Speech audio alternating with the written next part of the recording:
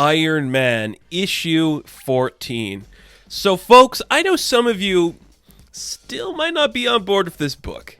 Cantwell is really deconstructing Tony Stark to a level that some people might be uncomfortable with, turning him into this self-pitying fool.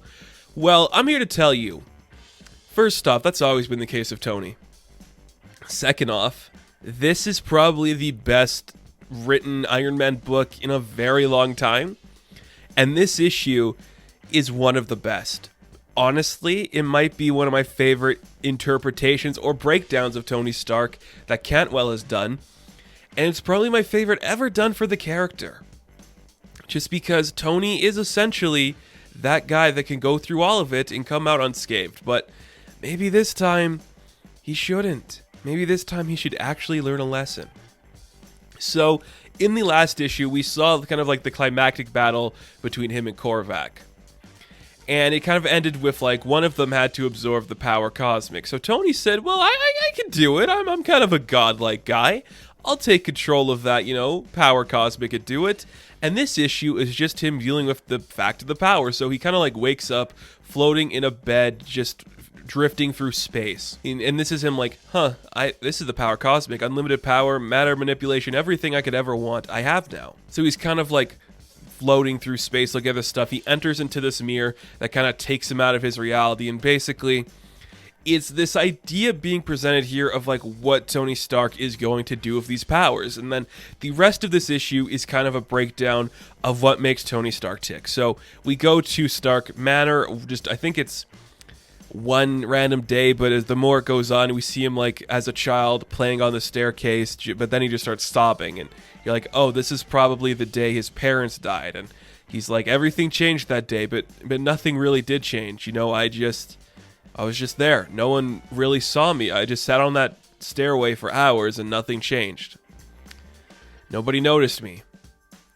Then I became something that people would notice, and then Tony Stark grows huge and he breaks through the manor and he starts flying up into space like, people will know me, people know who I am now, I matter, I'm important. But then he comes crashing back down to where Captain America's a giant and he's handing him a phone. He's like, hey, it's for you, pal. And it's like his father. He's like, Tony, have you changed the world yet? It's your father. Have you changed the world yet? Why are you so damned wrong all the time? You should have changed the world, son. You could have changed the world. And then we see a giant Iron Man just kind of like steps in front of him. And he's like, okay, I think I'm starting to figure out what's going on here. I always get in my own way. So we see that this giant Iron Man flicks him down. He gets like scrapped into a bin. And this is where he has his hallucination of what Korvac could become. Because Korvac too might have absorbed the power cosmic. He sees this giant Korvac standing on a planet. Just like, if that's what I feel he could become, what is he actually going to be? They have a big cosmic fight. And Tony, of course, wins the day and beats this Korvac. And basically, this is Tony again just being like, this is a bad idea. Like, he's actually kind of like angry at himself. Like, this is what's driving me? A need to please my father. An idea that this man who is essentially a god could be better than me. These are the things that make me tick. After all these years, it's really disappointing that these are the things that are making me angry and that drive me. I hate it, and I hate myself, and I hate that this is the same crap I've been dealing with for decades, where this is the part of me that exists. Why is this it? Why is this me? And he's like, this sucks. It's the same old story. It's a never-ending pattern, and that ends today. And he's like, I can actually do change now. I can change myself. I can change who I am. I have the power cosmic. I could literally be anything. I could change anything for the better. And some of my friends or my allies might say that's wrong. And we see a shot of like the superheroes of the Marvel Universe looking up at Tony in disgust. But they're going to try to stop me. They'll see what I am and they'll be afraid of me and afraid of it. But I'm doing something good.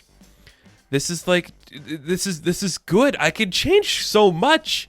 I can do so much. I can become so much. And it starts by changing myself. I can change me. And we see a beautiful shot of him just obliterating the heroes. And it's such a good metaphor. Just because, look, I know people love Robert Downey Jr. Tony in the comic books has a god complex. He always has, he always will. He is a drunken fool with a god complex. The most arrogant man in the world that we are supposed to care about. And now I think for the first time, somebody's like, let's actually do something about that and make him change. And it's amazing. So we get this beautiful panel after that where we see Tony's like, I have so many ideas. I can fix so much. I can start fixing myself and the world could change because of me. And it's Cafu and the other artist whose name is escaping me. It's just like a blend of their works. And this is so gorgeous. Just the deconstruction of Iron Man and like the skin of Tony Stark and the muscle tissue and the bone of Tony Stark. Like they are all parts of the inner workings of this one man. All of it comes together to be this thing. It is so beautiful. It's so beautiful, and it's amazing. So he's like, I can do it. I know how to change the world. I can do this. And he breaks back through the mirror that he initially started with. He goes back into his bed, and he wakes up ready to change the world. So we cut back to the reality as we know it. We see Korvac gets himself some of the power cosmic, and Korvac's like, I feel so rejuvenated. This is me back to my strength, baby. Look at all this. I'm not some weird robot boy. I am Korvac, baby. I had one good story, and now we're milking it forever. I was a one-off villain, and now we're milking it forever. Look at me, baby. I'm back. Look at how strong I am. I have the power cosmic. And then we see, in a great reveal, after literally deconstructing himself to the point where he's like, I hate myself. I hate why I fight. I can change all of this because of this power. We get the insanely powerful reveal of God Tony Stark. He's got the power cosmic in him. His suit looks incredible. It is very sleek and metally and liquidy and just awesome. Oh, that's a great way to end this book. This issue was so incredibly strong. It was so engaging.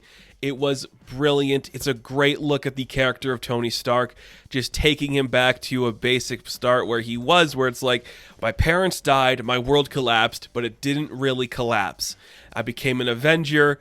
I tried to change the world. I didn't change the world. I saw a man who could be God challenge me as his godhood, and he could do better than me, but I can't let that happen. And now I'm literally given the chance to be a god. All of my friends, family, and allies are going to see me as a threat because it's me. It's Tony Stark, the goofball guy that nobody cares about in the way that they should. They're all going to see me as a threat. But I can change the world. I am smart and capable and strong, and I can do this if they just trust me and believe that I am capable of this. And then he becomes a god. Tony Stark has the power cosmic in him. He is Cosmic Iron Man, and it's very, very good. Very strong stuff. A great way to end this issue, and I cannot wait to see what's coming next from this book. Like, it was just incredibly fun to read, an incredibly strong outing for this character, and everything about this just worked so perfectly.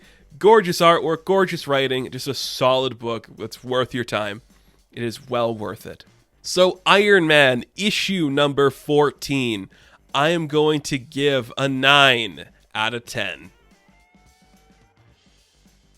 Now, thank you guys for watching this review. Be sure to like and subscribe to the channel. As always, you can check me out on Instagram, TikTok, and Twitter, and I will catch you in the next one. Have fun, stay safe, good luck.